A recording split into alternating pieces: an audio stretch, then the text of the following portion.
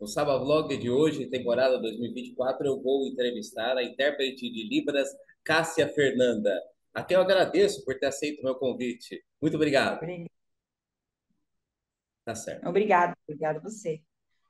Tá certo, então. Quando foi que você começou a se interessar por Libras e quando foi que você decidiu seguir profissionalmente? Bom, eu comecei foi em 2013, 2014. Comecei, na verdade, porque tinha acho que uns 14, 15 anos. A minha mãe sempre falava para mim: ah, você precisa fazer alguma coisa, e no contexto religioso, porque minha família é bastante religiosa. Então, ela falava, vamos fazer alguma coisa, porque até então eu não fazia nada na igreja, né? Eu ia, mas não tinha nenhum compromisso. Aí até a minha mãe ficou me incentivando, me falando, vai, faça. Comecei a fazer sem interesse nenhum. Era só por fazer mesmo. Aí fui fazendo, fui gostando do treinamento, até que o treinamento durou 2 anos, né? 18 meses, 2 anos, quase. 1 ano e 6 meses. Aí fui, desde então, 2014, terminei o ensino médio, daí fui fazendo cursos e tô aí, trabalhando até hoje. E daí foi surgindo, né? Trabalho, foi surgindo coisas para fazer em relação à educação especial em si. Não específico para Libras, mas na educação especial. Fiz estágios na prefeitura, trabalhei com criança especial, então foi a partir disso que eu comecei a me interessar mais pela educação especial, e daí Libras foi incluso junto, né? Por fazer parte, já por eu ter uma certa experiência na área. Entendi, Deu para entender um pouco. entendi, Cássia. Entendi. Foram quanto tempo que você estudou ao todo e o que foi mais difícil para você aprender? Bom, ao todo, na verdade, a gente sempre tem que estar estudando.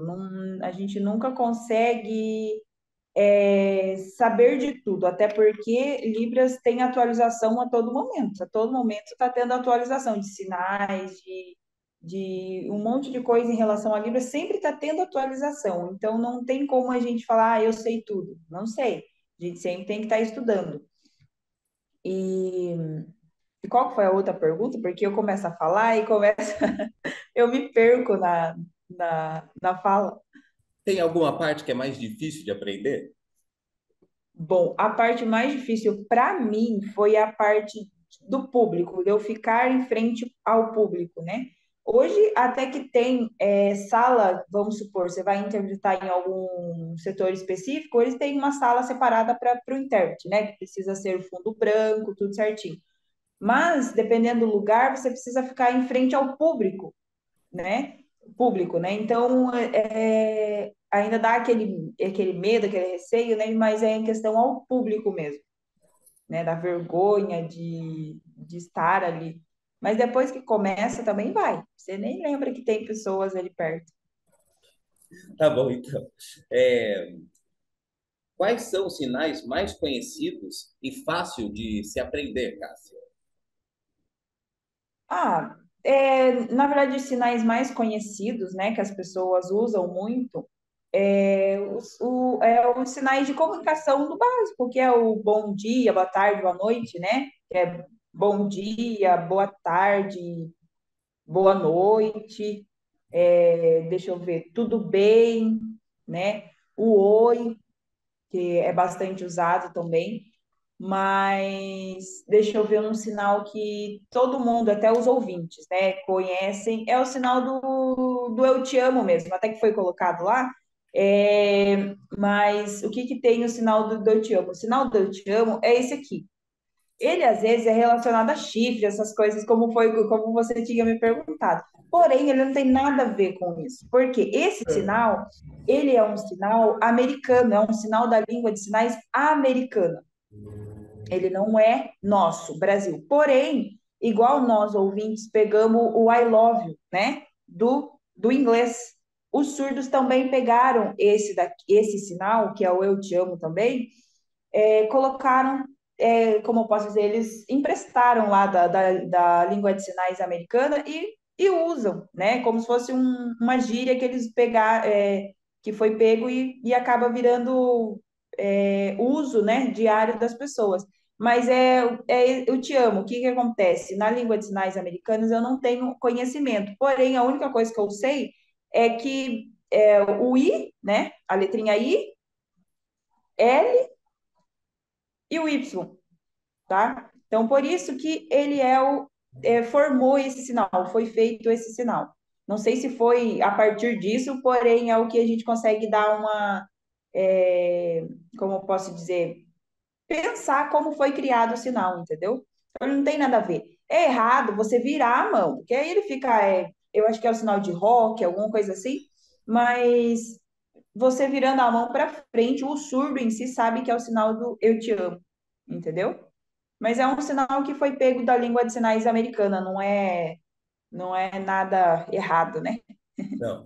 Então, pelo que eu pude ver, este sinal é o que mostra as letras que formam, né, o I love you, né, que você mostrou. Esse é o que eu ouvi, né? Que os surdos me contaram. Eu não sei se foi daí que foi criado esse sinal, lá na língua de sinais americana, não sei dizer. Porém, é o que a gente consegue fazer uma identificação de como foi feito, entendeu? Entendi. Certo. Quantas crianças até o momento você já trabalhou e quando foi o começo de alguma delas, você já sentiu aquele friozinho na barriga? Bom, na verdade, o primeiro contato que eu tive de trabalho mesmo, assim, foi durante o meu estágio, né? Uhum. Que eu fiz durante 2 anos na prefeitura aqui de Tararé. Primeiro contato foi com uma criança surda, era um menino, acho que na época ele tinha 6, 7 anos, que era bem pequeno, que ele era surdo mesmo. A família, os tios deles também dele são surdos. Mas era mais porque eu trabalhava num centro de educação especial, que era o CAEI aqui, que é o Centro de Educação Especializado de Tararé, que é o CAEI, né? E ali era várias deficiências, então, como se fosse a PAI, só que era um centro igual o CAPEM, né, de Itapé, Isso. então é igual, é igual. Ali tinha vários setores de profissionais.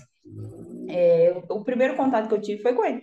E, na verdade, o contato que eu tive, assim, foi questão da comunicação do dia a dia. Como eu não era estagiário, eu não exercia uma função em si.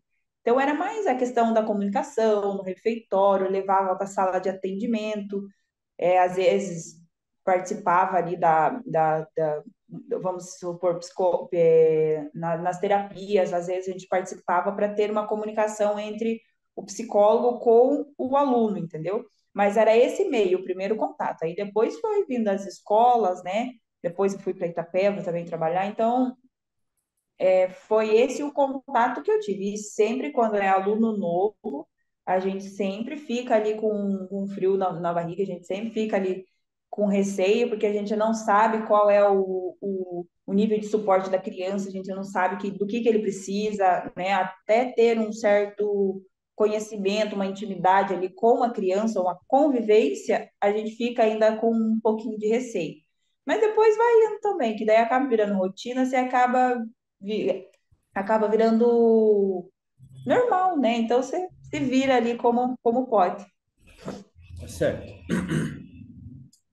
Na sua opinião, a língua de Libras, ela ganhou importância no Brasil quando? E teve alguém que deu esse pontapé inicial? Sim, na verdade, a história em si da deficiência, ao todo, era bem triste, né? Era bem feia, assim, sempre foi. E do surdo era a mesma coisa, né? A questão de tortura lá atrás, bem lá atrás.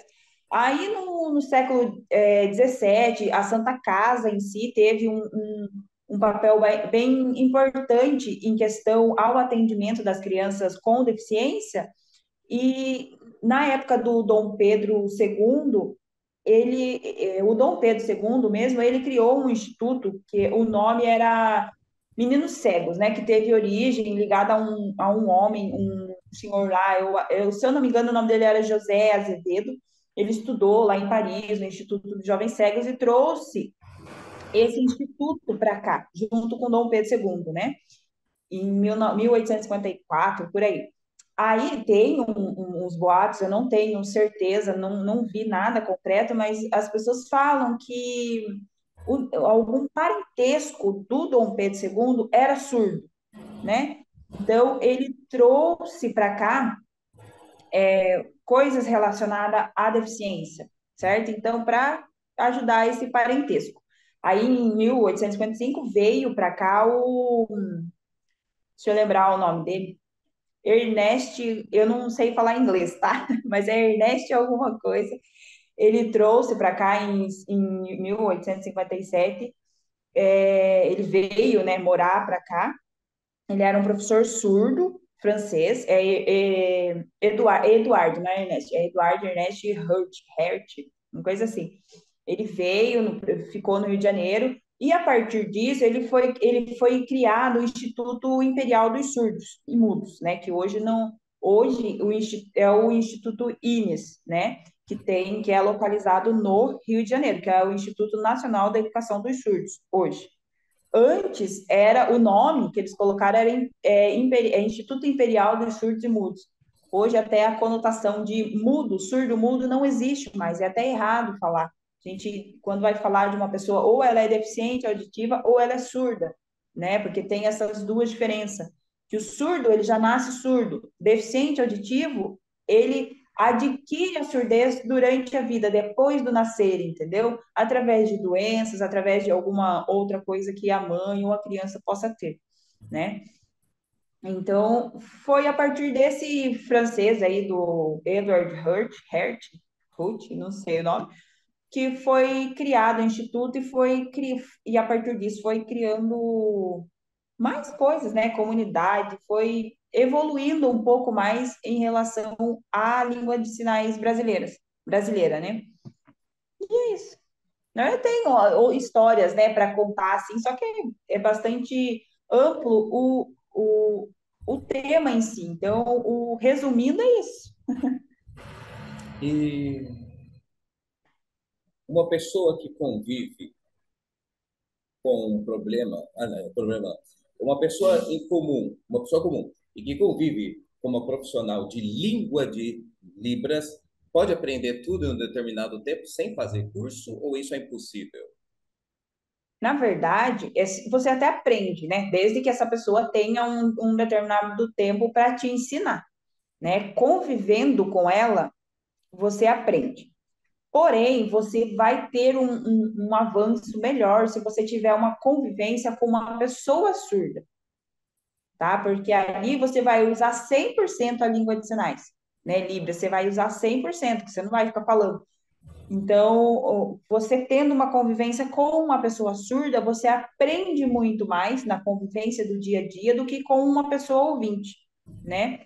Porque quem ensina nós, assim, é o surdo. Nós estudamos, sabemos, né, algumas coisas ou outras, mas quem sabe mesmo a língua dele é o surdo, né? Então, uma convivência com uma pessoa surda, a gente aprende muito mais do que com uma pessoa ouvinte, Tá entendeu? certo, tá certo. Você presta em Itapeva serviços para pai, né?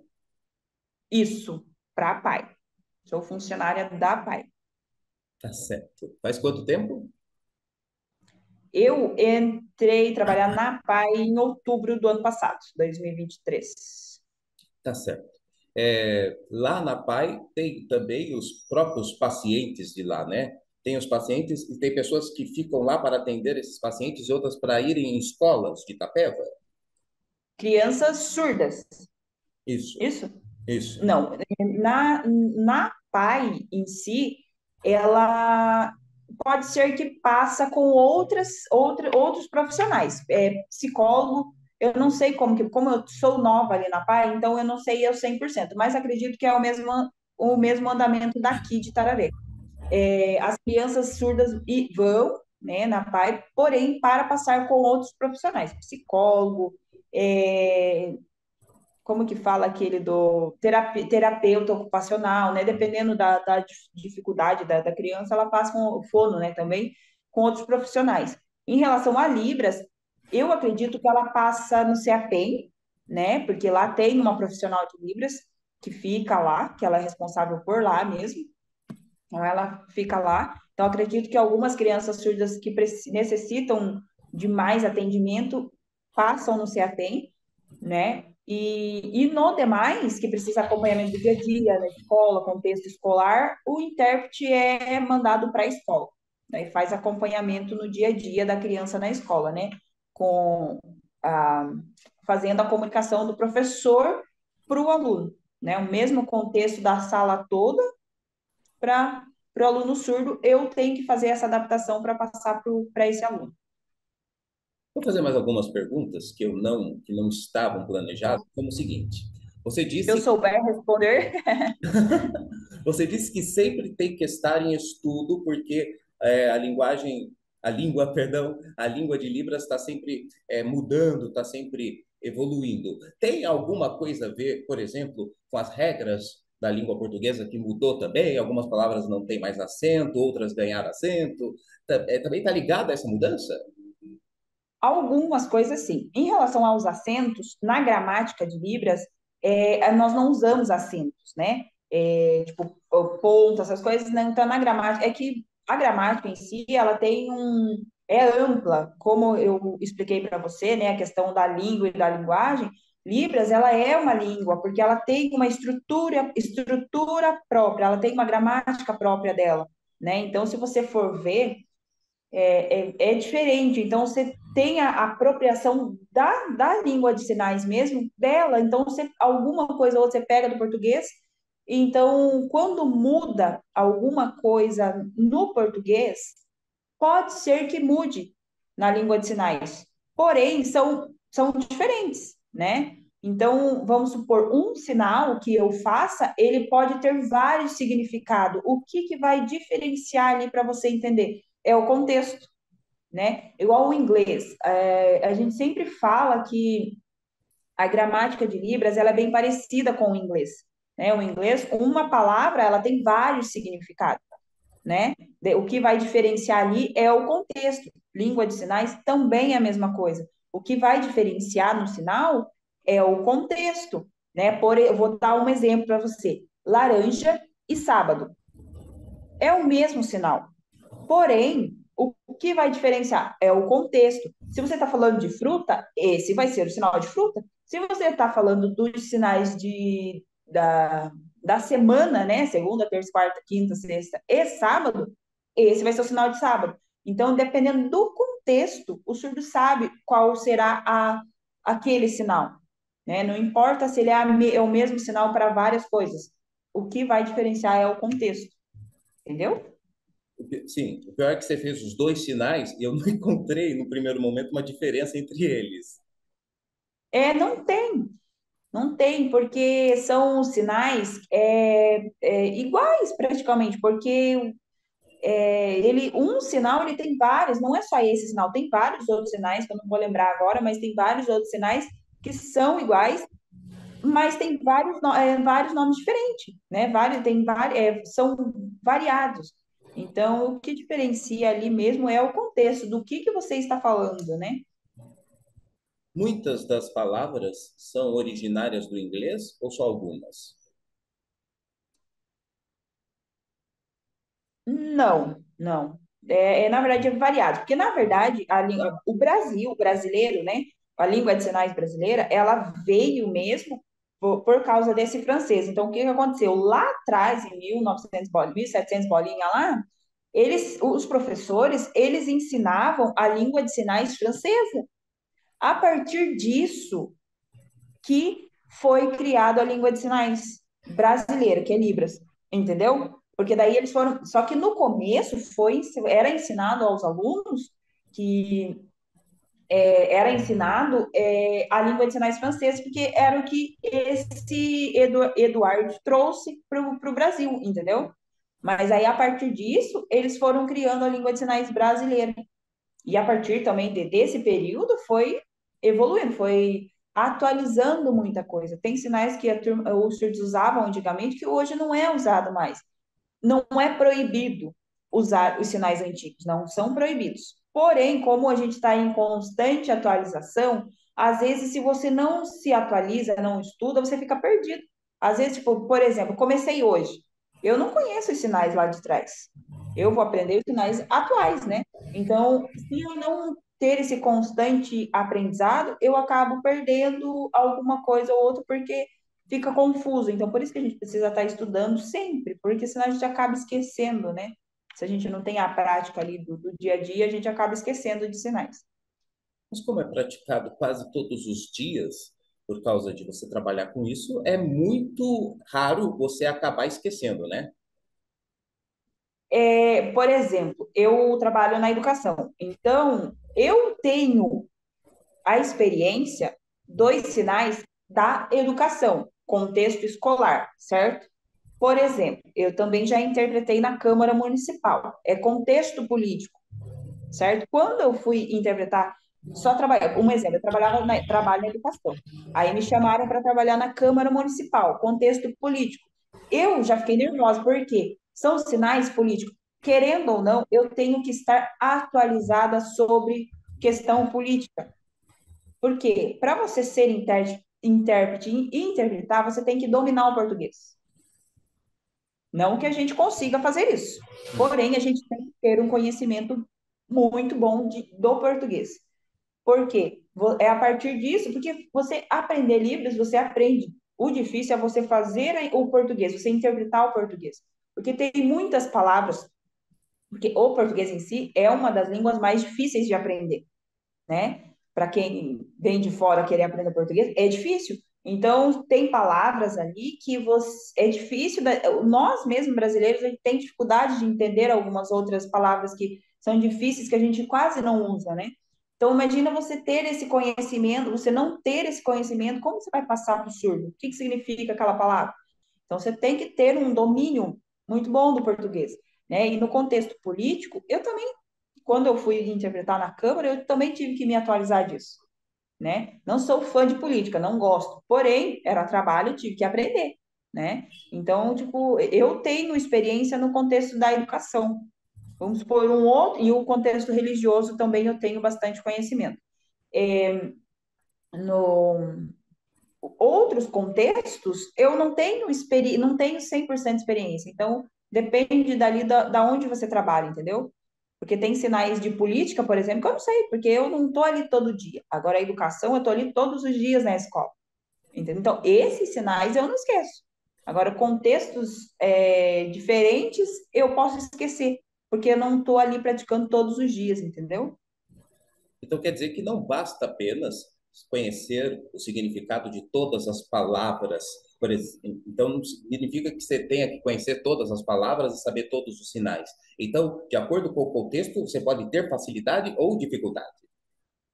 Exatamente, exatamente. Tem contexto, deixa eu ver um contexto que eu não. Ah, vamos supor, eu falei do religioso. Religioso, eu tenho o contexto no contexto evangélico, certo? Certo, Agora, um exemplo. Se eu for interpretar num contexto católico, eu já terei um pouquinho de dificuldade, porque eu não conheço o andamento, a ordem do culto em si da missa, vamos supor. Eu não tenho esse conhecimento, porque eu não frequento. Então, eu terei que me atualizar sobre esse andamento da missa para eu saber o que significa tal coisa, qual significa, tipo, uma certa hora lá acontece alguma coisa, eu tenho que saber, eu tenho que me informar o que significa aquilo para eu poder interpretar, entendeu? Até que quando, por, por lei, assim, não é lei, como eu falo, um regulamento assim, que a gente teria que ter, e a gente, muitas das vezes a gente não tem, é a gente ter uma pauta antes de uma interpretação. Na Câmara Municipal, por exemplo, eles me dão uma pauta do que vai ser lido naquele dia, para eu poder me atualizar antes, entendeu? Para eu entendi. saber do que vai ser falado, né? A escola era para ser dessa forma. O professor preparar a aula para o aluno surdo e eu somente fazer a interpretação. Porém, muitas das vezes, isso não acontece, né? Porque às vezes o professor, já por ignorância de não saber o que fazer, ele acaba não fazendo e acaba deixando essa responsabilidade para o intérprete, né? Coisa que isso não é o correto, porque a responsabilidade é do professor da sala, não é do intérprete, entendeu? Então, e daí para a gente não deixar o aluno sem nada, sem fazer, a gente acaba fazendo um serviço, um trabalho assim que não seria nosso, entendeu? Entendi. E às vezes o professor alega também falta de tempo, né? Porque tem as coisas para fazer. Muitas das vezes é isso. E às vezes também é mais falta de vontade mesmo. Tá certo. É, assim, fazer linguagem de sinais ao vivo numa câmara, seja na Câmara Municipal, seja na igreja, é mais complicado do que atender uma criança, não é? É, bem mais complicado. Porque, na verdade, eu, particularmente, prefiro fazer o atendimento igual eu faço, tipo assim, individual, com uma criança só. Porque, porque a gente consegue ter mais, como eu posso dizer, a gente consegue ver mais desenvolvimento na criança quando é só você e a criança. Quando é o coletivo, assim, quando é mais coisas assim, a gente fica mais nervosa, acaba não focando 100% naquilo que você tem que fazer, entendeu? Certo. Certo, porque mais do que qualquer outra pessoa, você tem que prestar mais atenção do que é falado na hora, né? Sim, tem que prestar atenção. Você tem que limpar a mente ali e ficar 100% naquilo, no que você precisa fazer. Porque se você for interpretar em um determinado lugar e for desatento ou ficar com a cabeça, como eu posso dizer, viajando a maionese, né, como a gente fala muitas das vezes, a gente acaba perdendo foco, né? A pessoa está falando lá e você está atrasado na sua fala, né? Porque ali na interpretação do português para Libras, você tem um tempo ali para você processar isso na sua cabeça e passar. Você não pode ficar tão lá na frente, porque isso também não dá, e você não pode ficar tão lá atrás. Então, é um tempo que você tem de você ouvir, processar e passar, entendeu? Então, tipo, é muito rápido essa linha de pensamento. Então, por isso você precisa ter um foco ali 100% para você não se perder no contexto, entendeu? Vamos supor uma coisa engraçada. Você vai na Câmara, de Tararé que você trabalha, né? Isso. Trabalhava, não trabalho mais. Tá certo. Mas, por exemplo, se acontece um bate-boca entre dois vereadores, acabam se agredindo, o que que você faz lá daí? Qual é o Na seu... verdade, a gente sempre passa o que está acontecendo. Por quê? O surdo, ele só não ouve, né? Ele está vendo. Como que eu vou, por exemplo, o surdo está ali vendo a interpretação e está vendo a sessão. Não tem como não ver a sessão, né? Então, eu estou aqui e a sessão acontecendo aqui.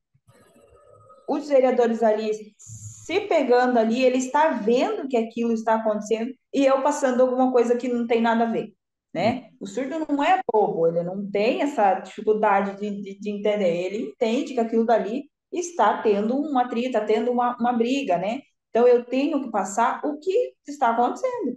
Se os vereadores estão brigando, eu tenho que mostrar. E se eu souber o motivo, eu falo, porque eu tenho que ser profissional no que estou fazendo, eu tenho que passar o que está acontecendo, não posso omitir nada. Não posso omitir nada, porque o surdo ele tem o direito de saber de tudo o que está acontecendo, entendeu? Poxa, Então, tem que passar o literalzão, o que está acontecendo, entendeu? entendi. Cássia, Fernanda, eu quero dizer que foi muito bom entrevistar você, eu fiquei muito contente. Conhecer você foi muito Obrigada, legal. viu? Eu que agradeço, também fiquei muito feliz pelo convite de participar da entrevista, né, da nossa conversa.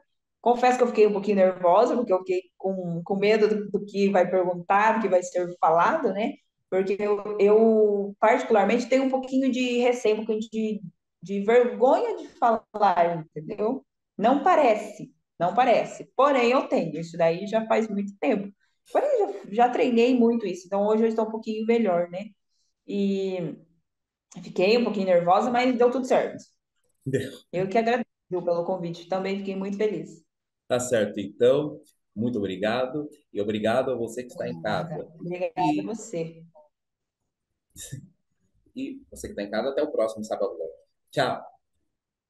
Tchau, obrigada.